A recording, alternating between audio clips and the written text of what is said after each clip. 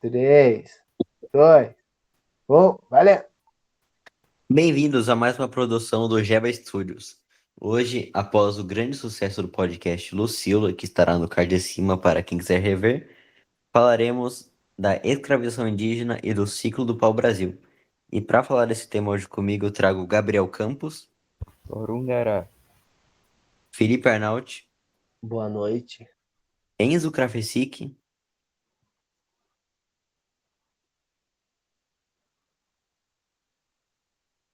Bom dia, pessoal. e Cauã Gabriel. Boa tarde, pessoal. E antes de chegarmos no tema da escravidão, primeiramente relembraremos um pouco o que o grupo anterior disse.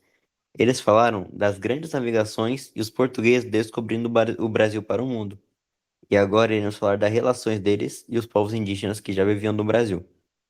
O primeiro contato, quando os portugueses chegaram no Brasil, eles encontraram povos com culturas, costumes, organização social e língua totalmente diferentes do que eles conheciam. É estimado que em 1500, 5 milhões de habitantes habitavam o território brasileiro e estavam divididos em mais ou menos 1000 tribos. Esse encontro inicial foi marcado pela curiosidade e pela tentativa de comunicação. Os portugueses ficaram impressionados com a nudez dos indígenas e sua forma de vida, que parecia simples. Por outro lado, os indígenas também ficaram curiosos com os portugueses, com suas roupas, armas e objetos de metal que nunca haviam visto antes. O primeiro contato foi pacífico, com os portugueses tentando se comunicar através de gestos e oferecendo presentes, como espelhos, colares e chapéus, enquanto os indígenas, para retribuir, ofereceram penas, arcos e flechas. Esse encontro deu início a uma série de trocas culturais e comerciais, mas também a colonização e exploração que se seguiria nos séculos posteriores.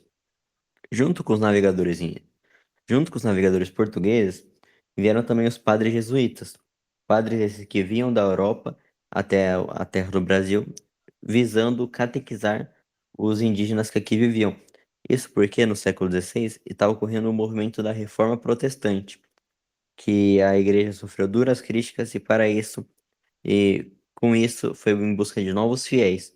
Por isso eles queriam catequizar os povos do Brasil. Bom, agora eu vou falar um pouco da escravidão indígena no Brasil, que se trata de um período difícil e complexo da história, marcado pela exploração e opressão dos povos nativos pelos colonizadores portugueses.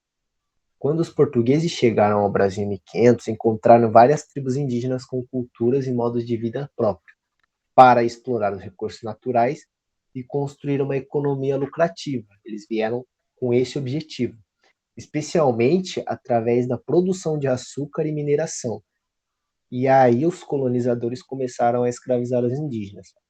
No início, os indígenas foram usados principalmente nas plantações de açúcar, uma atividade que exigia muito trabalho.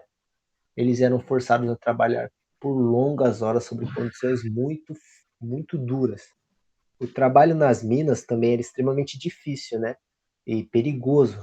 Além disso, os indígenas não tinham imunidade a doenças trazidas pelos europeus, o que causou uma alta taxa de natalidade. Os indígenas não aceitaram essa opressão sem resistência.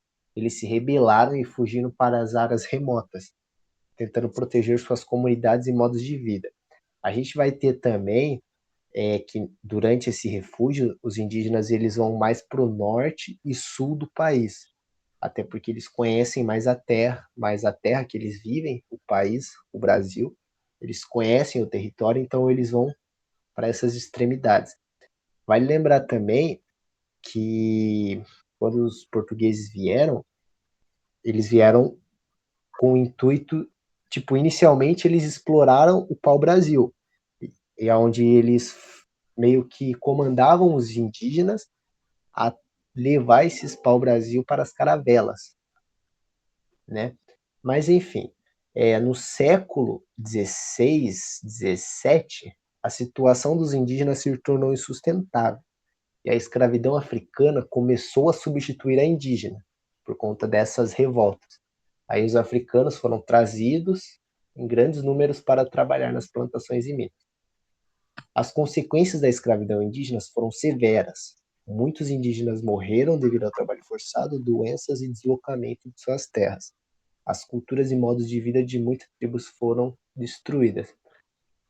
E acho que é isso que tem para falar. E também tem mais um detalhe, que a coroa portuguesa ela tentou regulamentar o tratamento dos índios através de leis, como as ordenações filipinas, que visavam melhorar as condições de trabalho e proteger os indígenas como alguns abusos extremos. Isso por conta da igreja estar presente ali também. Então você tinha padres tentando ajudar os índios, né? Mas vai ser dito mais para frente. Agora eu falarei um pouco sobre o ciclo do pau-brasil. O ciclo do pau-brasil foi o marco inicial da história da colonização brasileira e a exploração desses colonos portugueses. Quando os portugueses chegaram ao Brasil, inicialmente eles não tinham a intenção de tomar esse território para si, pois poderia ser um lugar muito grande e de difícil aquisição. Então eles resolveram inicialmente explorar os recursos dessas terras. Mas por não terem ainda o conhecimento sobre essa terra e as riquezas que o Brasil guardava, eles resolveram criar sua fonte de renda com base na exportação de uma árvore que acharam muito peculiar, o pau-brasil. O pau-brasil é uma madeira com grande resistência e uma capacidade de resistir a algumas pragas, e ao mesmo tempo era um tanto leve, o que tornava ela boa para a construção, como barcos, navios, móveis de luxo, habitações e etc. Mas o verdadeiro motivo para querer exportar essa madeira e a vender foi por causa de uma substância chamada brasilina, que é um corante que futuramente seria usado na área têxtil e na coloração de tecidos. As propriedades da brasilina consistem em que quando a brasilina está em solução ácida, ela se torna amarelada, e quando está em um meio alcalino, ela fica em um tom vermelho carmim. A brasilina também é um precursor para a criação de um corante azul escuro. Então, ela abrange várias áreas de pigmentos utilizados na indústria, na indústria de tecidos e também na indústria têxtil, como falei anteriormente. A extração do pau-brasil foi feita principalmente pelos índios, que por meio de escambo entre os portugueses e eles, que, como citado anteriormente, os portugueses entregavam alguns itens que estavam em sua posse, como espelhos, chapéus, roupas, etc. E eles trocavam essas coisas pela madeira, que os índios eles levavam para as caravelas. Mas inicialmente foi por meio de escambo, mas futuramente começou a ser um processo de escravizamento mesmo. A colonização europeia no Brasil teve impactos devastadores nas sociedades indígenas. Antes dos colonizadores, os povos indígenas viviam em equilíbrio com a natureza, com suas próprias culturas e formas de organização. Porém, com a chegada dos europeus, houve uma imposição violenta de novos costumes e religiões e sistemas econômicos. Isso resultou na perda de tradições, na assimilação forçada e na morte de muitos indígenas, devido a doenças trazidas pelos europeus. Além disso, a expulsão dos indígenas de suas terras sagradas destruiu seus modos de vida. A escravização indígena foi um dos fatores mais desumanizantes desse processo. Indígenas foram capturados e forçados a trabalhar em condições terríveis, o que desestruturou ainda mais sua sociedade.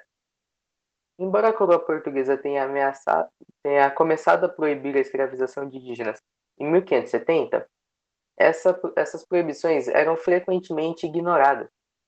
A prática só começou a diminuir realmente com a intensificação do tráfico de escravos africanos no século XVII. Apesar das proibições, a exploração dos indígenas continuou de outras maneiras, como através do trabalho forçado. Essas práticas deixaram um legado de marginalização e desigualdade que ainda afeta os povos indígenas hoje.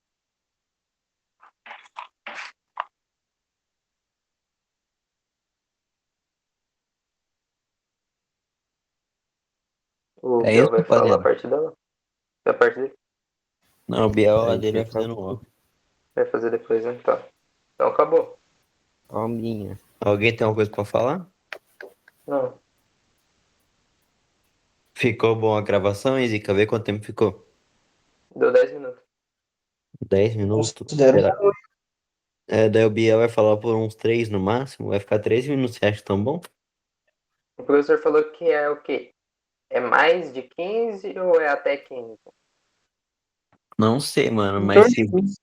Ô, Biel, você acha que você consegue enrolar por 3 minutos? Eu acho que é até 15. Que ele falou que ele ia complementar o assunto depois. E também a gente vai ser o último grupo do dia, então é capaz de ter menos tempo para nós. Uhum. Biel. Você acha que você consegue enrolar por 3 minutos?